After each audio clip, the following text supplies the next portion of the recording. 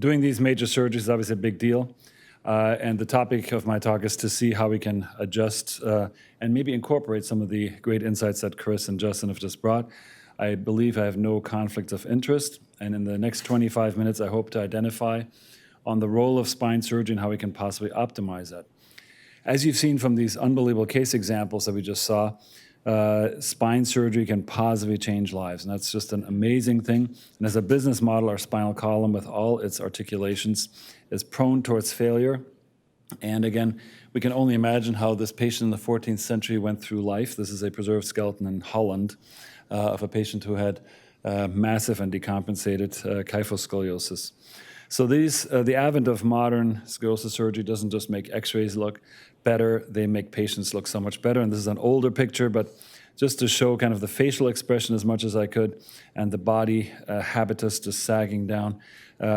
Whatever the techniques are, we can literally change patients' lives by straightening them out again and using implants and hopefully not having hardware failure and getting a biologic healing that evades the spinal column and really includes the entire body and the mind of the patient is a huge deal. So beyond radiographs, there's a substantial somatic and physiologic impact of spine surgery. But there's a fragile balance, of course, not just in the spinal column, but also the invasiveness and the eventual effectiveness versus the patient health are unfortunately in some collision. And again, we have a modern era in medicine, whether we like it or not. The value word has become part of our life, and we're being valued not just for our expertise, but also put to numbers in terms of what the benefits over cost ratio are. And again, this is actually a paraphrasing of a work that both, I think, Justin and others were on, and Chris, and that's the cost of spine care.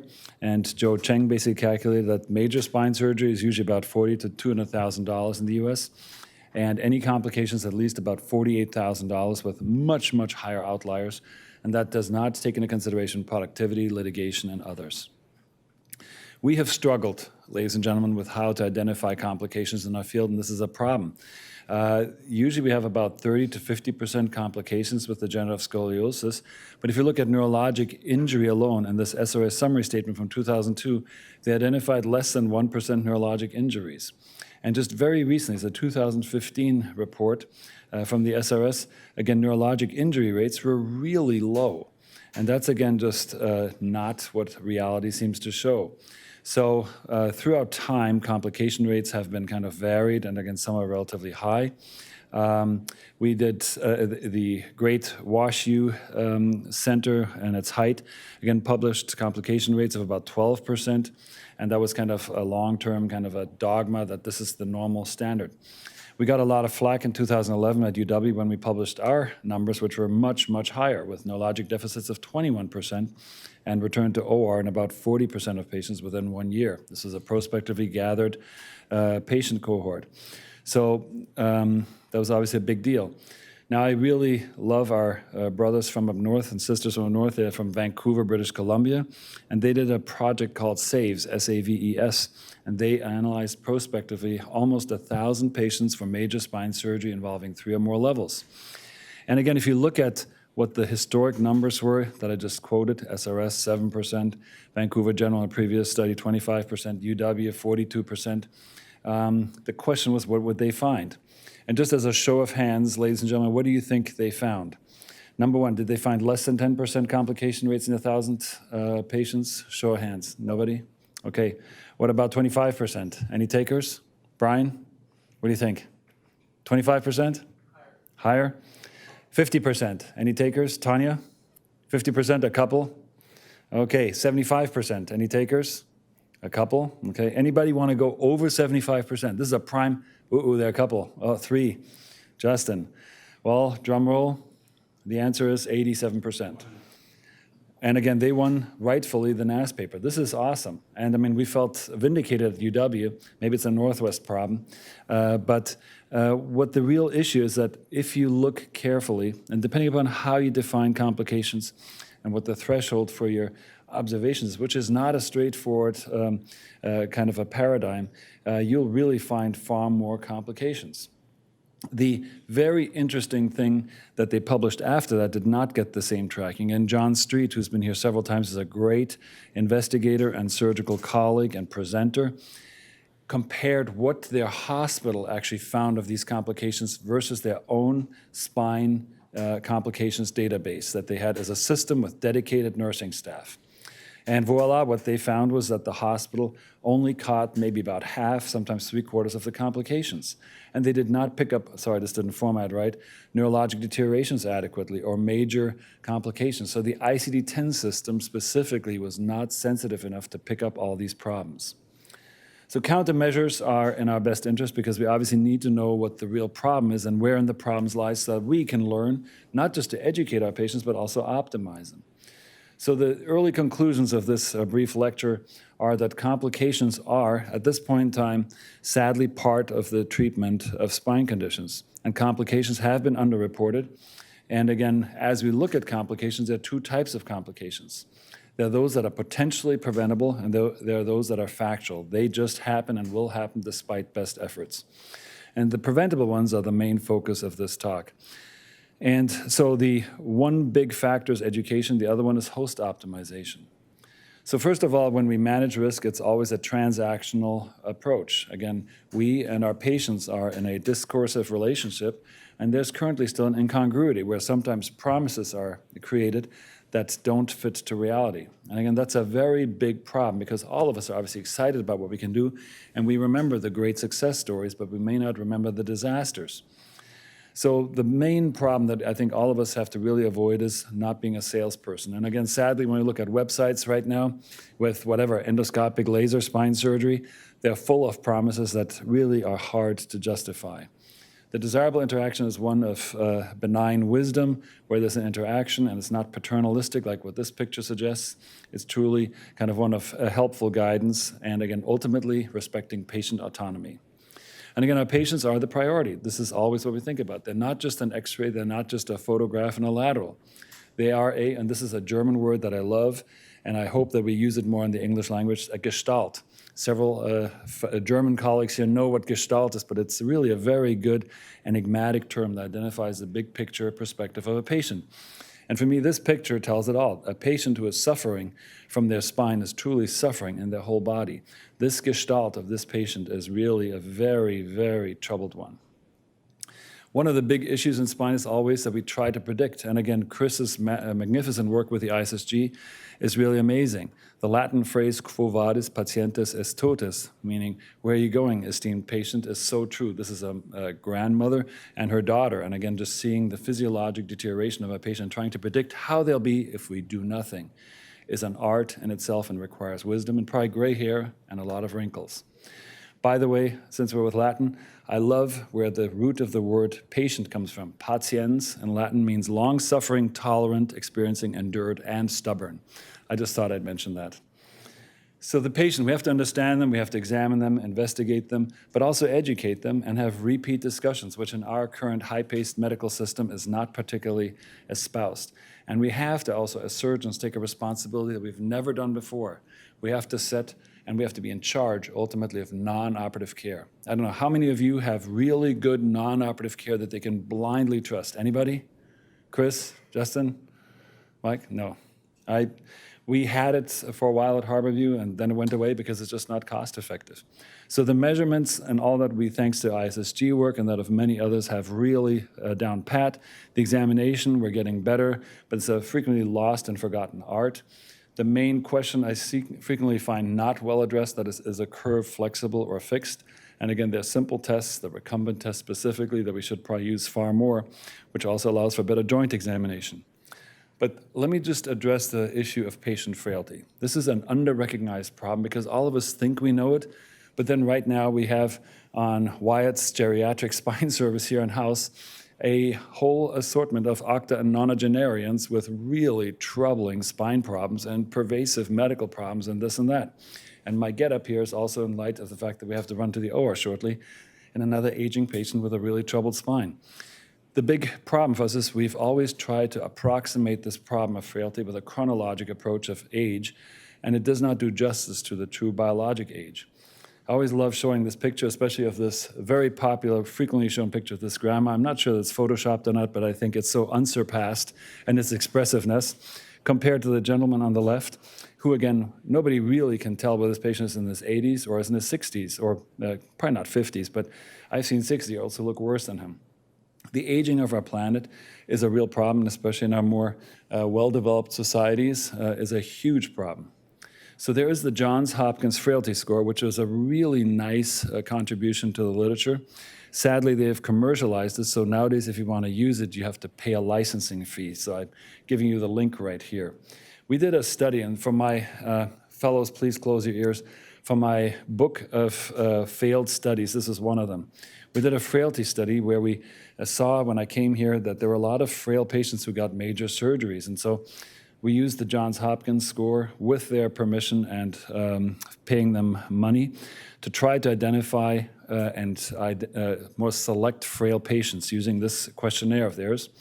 And the interesting thing was, while we had in our screening studies about 50 patients that got elective major spine surgeries, we started this prospective study, which really looked at 5 entities: cognition, ADLs, so activities of daily living, the Charlson score, the famous comorbidity score, weight loss, and falls. And the interesting thing, again, using this binary tool, it's largely yes or no with a simple point scale, had an unintended effect. The unintended effect was that the frailty of patients that were eligible for the study dropped dramatically, because we literally enrolled every patient, but just by educating our nurses and having them look at every single patient, stopped the numbers. We had like 11 patients in the first year of the study, and that dropped to like 3 patients in the second year. And the third year, we again tried to enroll more patients, but literally there were no more elective patients put in who didn't match the frailty score. So this was a great success clinically, but practically the study was not publishable with these numbers, so we abandoned it in year 3. My partner, Dr. Hanscom, I think, but I'm not totally sure about that, coined the term prehab, which Chris used before. And again, he's been very instrumental in trying to get the non-operative optimization or even definitive treatment of potentially surgical patients into our conscience. And again, this patient-focused, research-based, education-mediated, a health status-related intervention with activation as goal, and that equals better outcomes. The 5 guiding principles are pretty simple. All of you know them. Detox from opiates, which are so pervasive in our society, nutritional optimization, nicotine cessation for better oxygenation and probably better vascular proliferation, psychosocial wellness, specifically anxiety, depression, sleep deprivation, and basic cardiopulmonary fitness.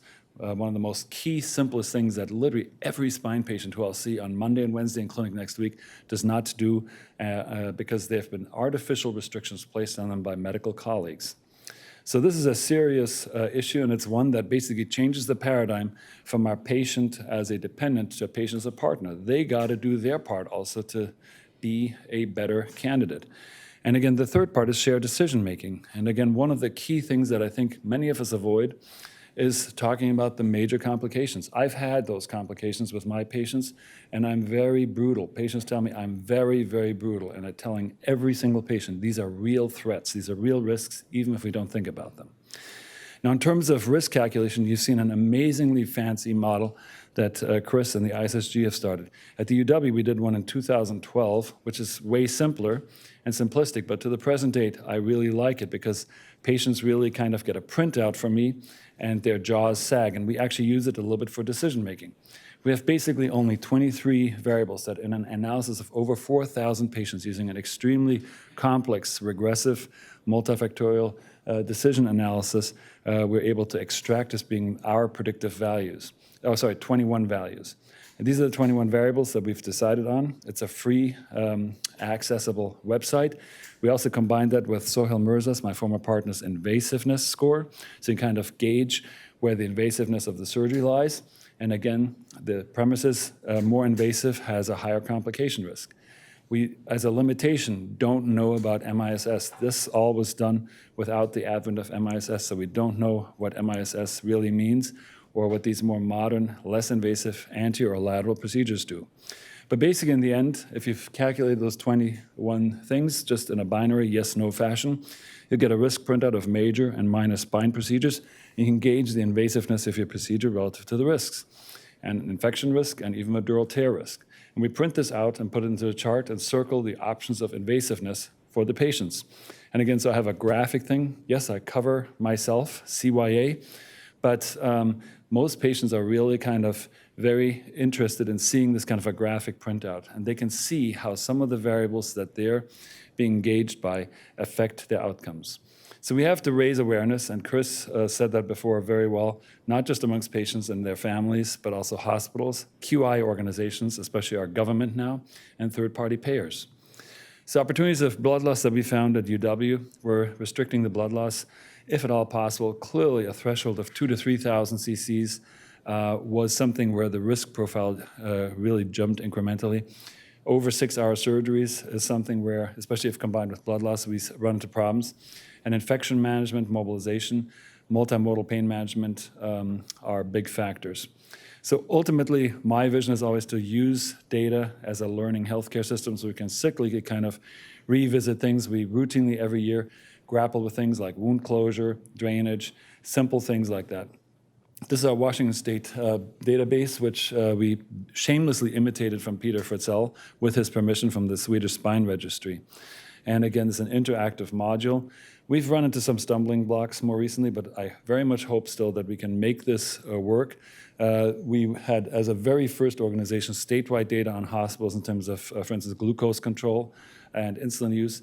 We also could show that smoking cessation was a very strong effect through our interventions and did save money and did reduce complications.